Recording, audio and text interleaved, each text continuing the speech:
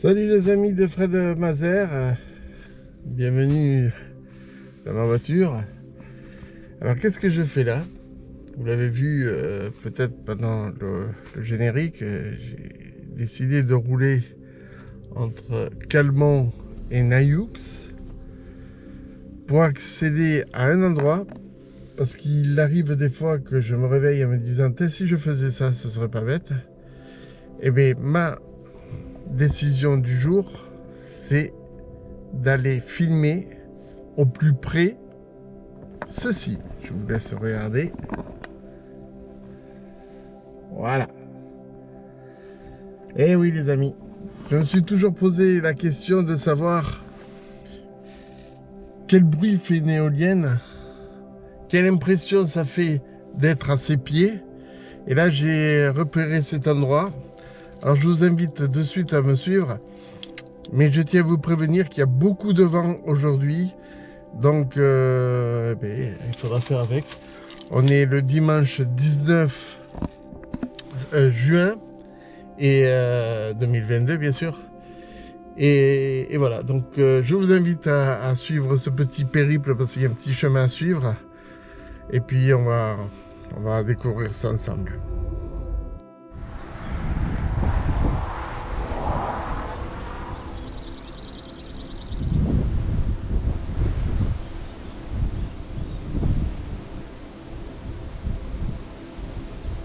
Voilà, bon. Apparemment, on peut s'en approcher, mais pas rester en dessous. On va voir ce que ça donne. Voilà, hop, je viens de passer la barrière.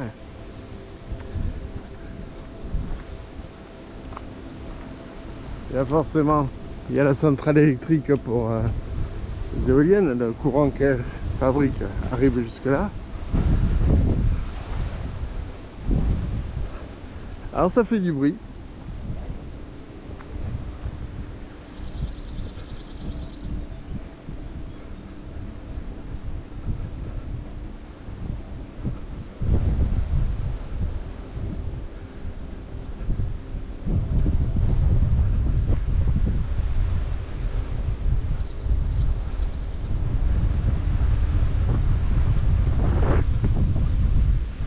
Je suis désolé pour le vent, hein.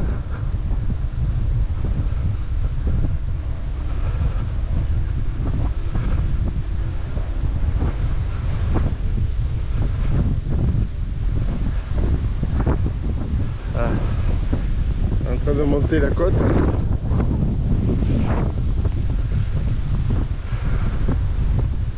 Il y a des champs de blé partout autour.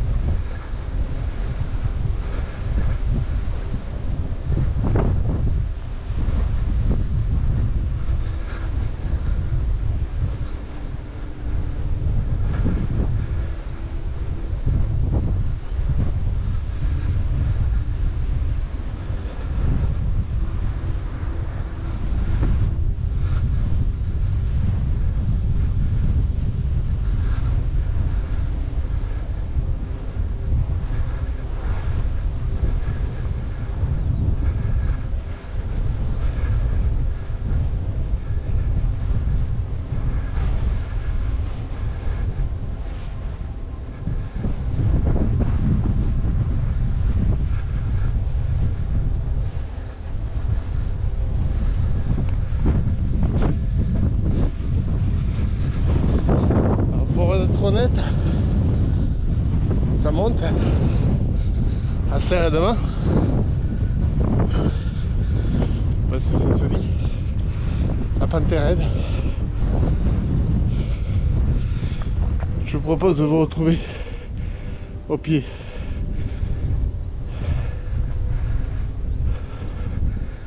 de cette éolienne.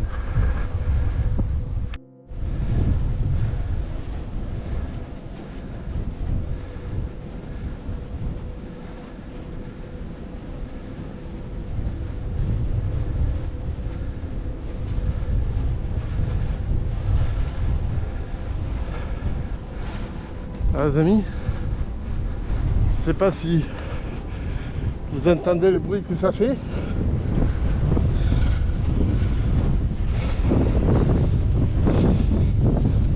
m'attendais, pour être honnête, à plus de bruit que ça. Mais non. Là on est sur les coteaux, donc il y a beaucoup de vent. Regardez ça.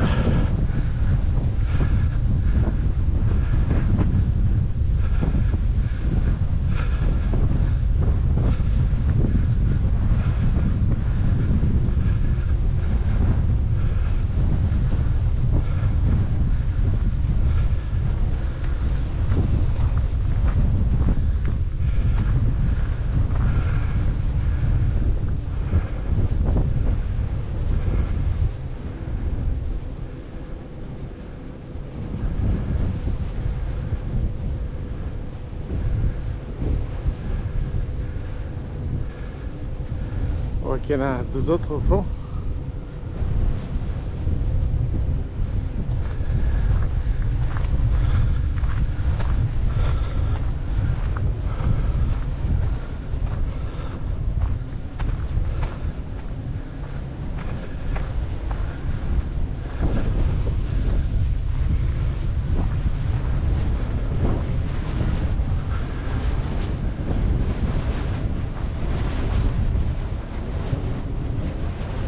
En fait, c'est quand les pales de l'hélice arrivent par là que ça fait le plus de bruit.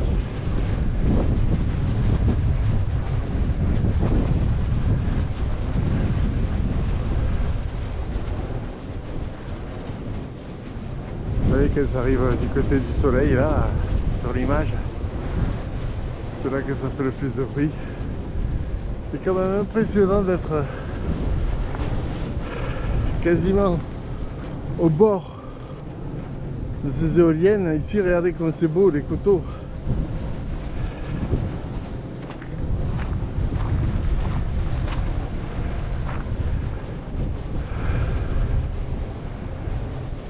Ah, c'est superbe.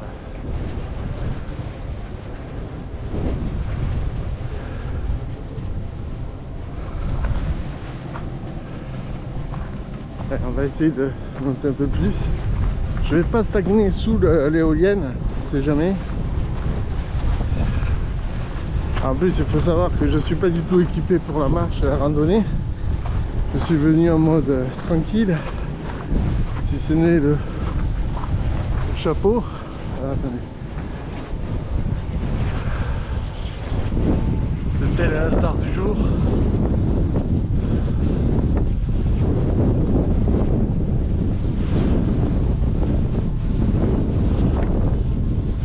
Très beau.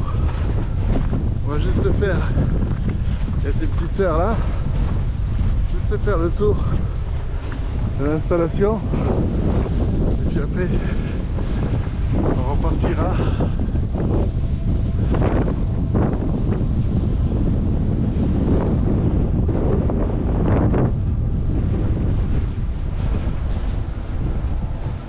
Voilà, moi c'est le beauté paysage. On fait le tour. L'éolienne en fonctionnement. C'est vrai que là je suis pratiquement dessous. Ça fait peur. Ça fait peur parce que se détache. Il n'y a plus de photomaser, je vous le dis moi. Voilà. Alors, enfin le devant c'est compliqué.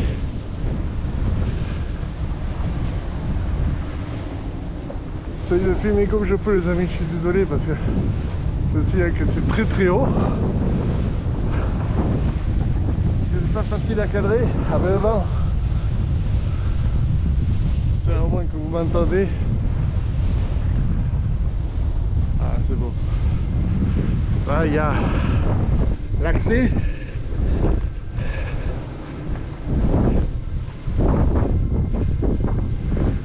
Ici l'accès, donc il y en a longtemps.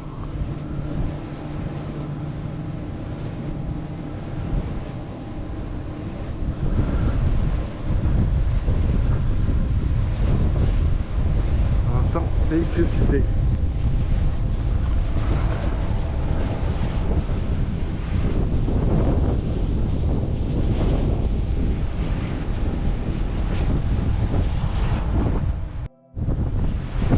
Les amis, non seulement je suis dans le souffle du vent, mais aussi de l'éolienne. Et croyez-moi, ça bouge pas mal. Alors je ne la touche pas à cause de l'électricité statique. On voit donc les deux autres éoliennes qui tournent aussi. Certaines sont visibles depuis l'autoroute qui va de Pamiers jusqu'à Toulouse. Et je peux vous dire que c'est vraiment impressionnant. Regardez-moi ça les amis. Je ne me lasse pas du spectacle.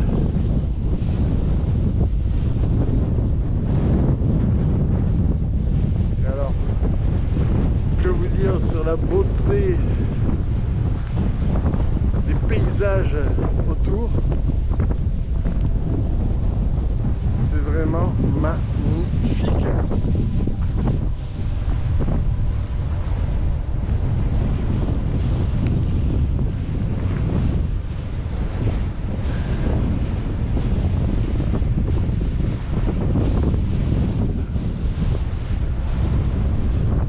Ce qui me rassure, c'est que la pâle d'hélice n'est pas prête de toucher le dessus de mon chapeau.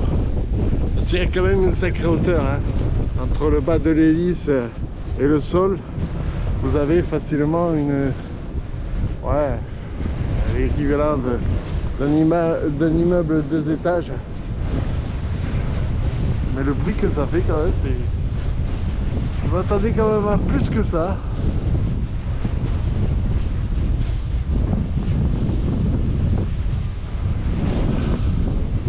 Je vais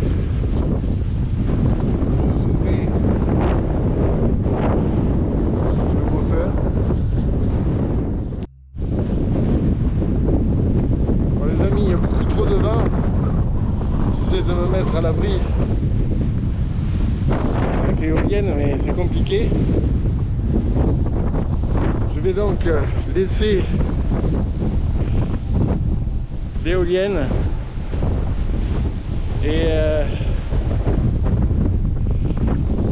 revenir à la voiture. Et pour ça il faut que j'emprunte ce chemin là.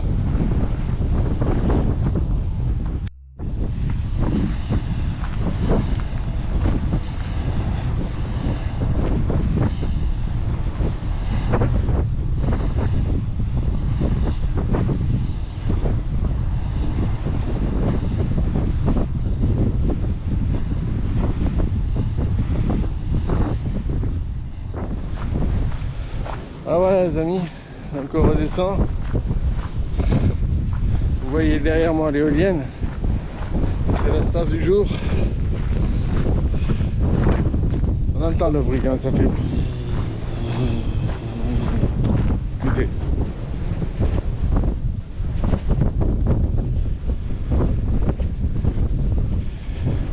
Chaque fois que ça descend, ça fait ce bruit.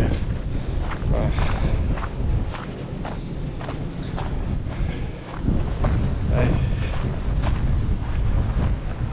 Je vais redescendre.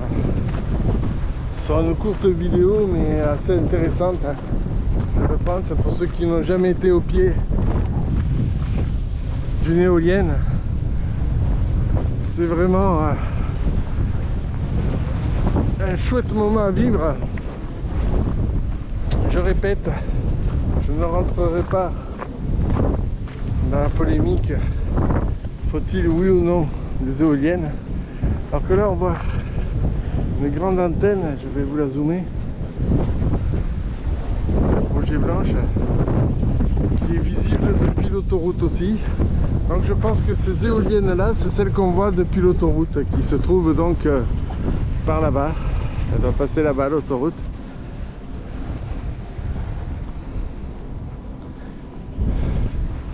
Regardez l'ombre là sur l'autre vallée et sur l'autre coteau de l'éolienne, c'est sublime. Allez les amis, on redescend tout doucement. L'éolienne est toujours derrière moi forcément, puisque je suis en train de la laisser.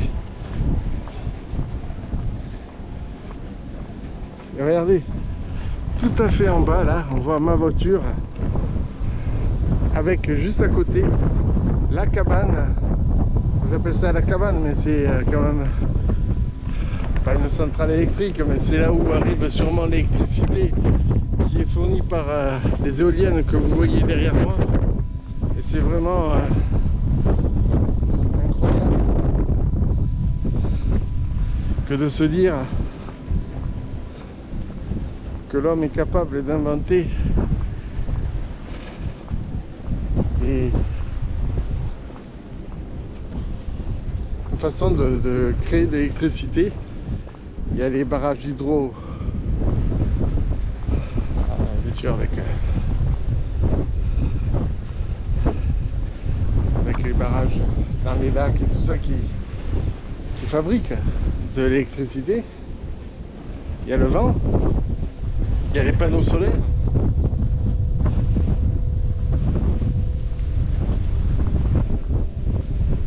Je crois qu'on dit hydraulique, mais je n'ose pas trop insister sur le terme pour les barrages. J'essaye de vous garder toujours derrière moi l'éolienne. Et d'ici aussi on entend le bruit, écoutez plutôt.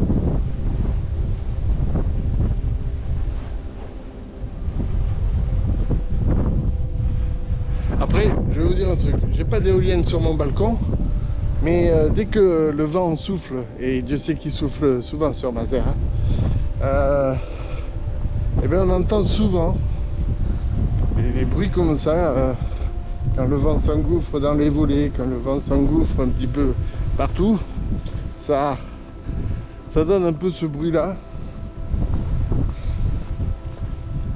C'est vraiment incroyable. Je vois dans le retour de la caméra que j'arrive à cadrer encore l'éolienne. Et je me suis assez satisfait. La nature, elle essaye de reprendre ses droits là, vous voyez. C'est quand même incroyable de savoir que dans du goudron pousse de l'herbe.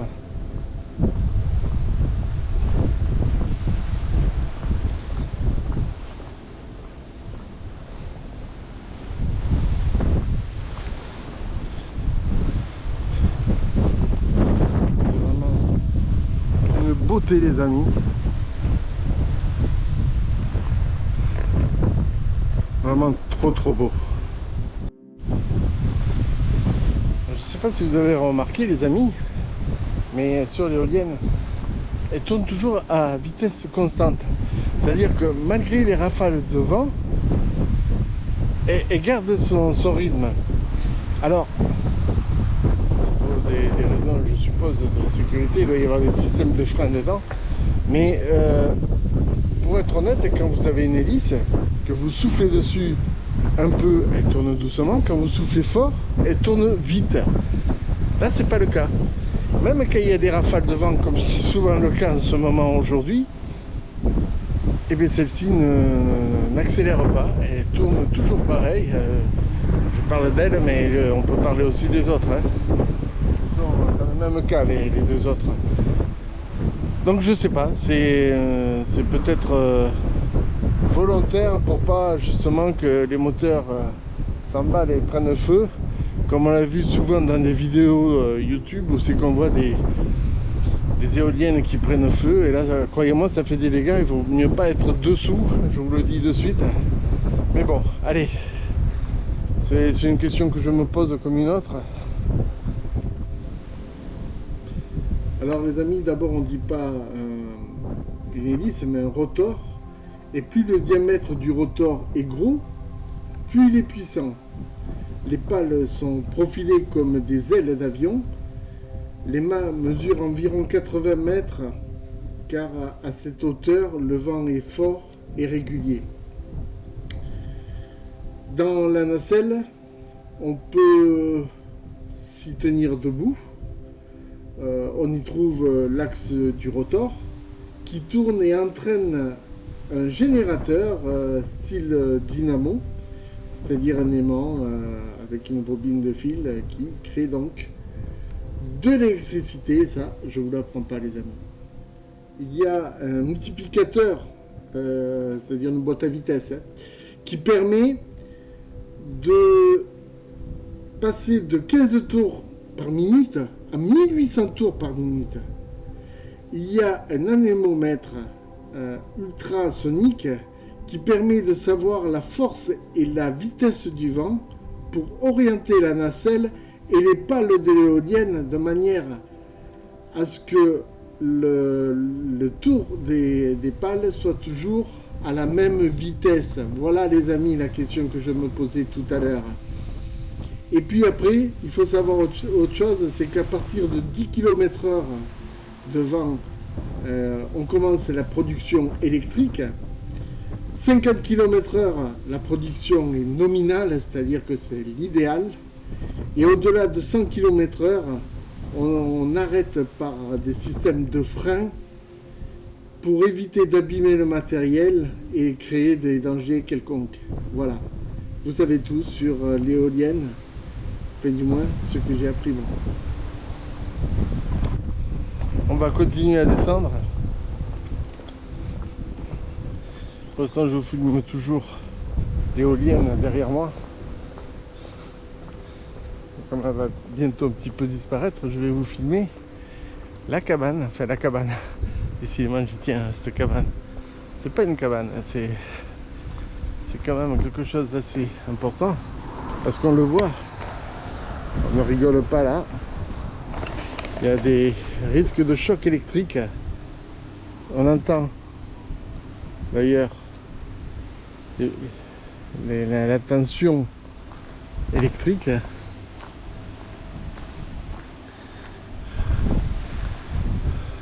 Voilà.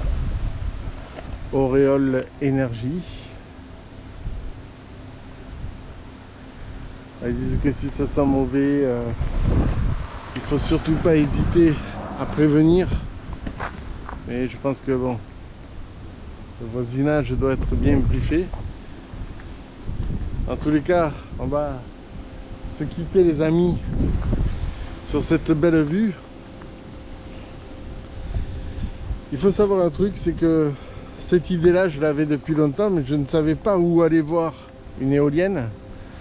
Et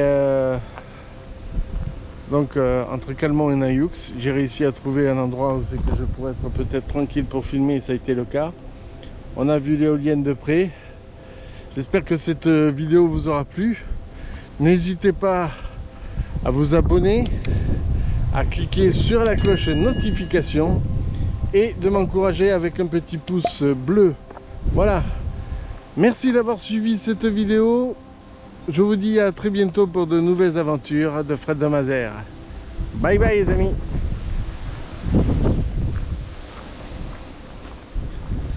Allez, hop. On passe là. Hop. La barrière.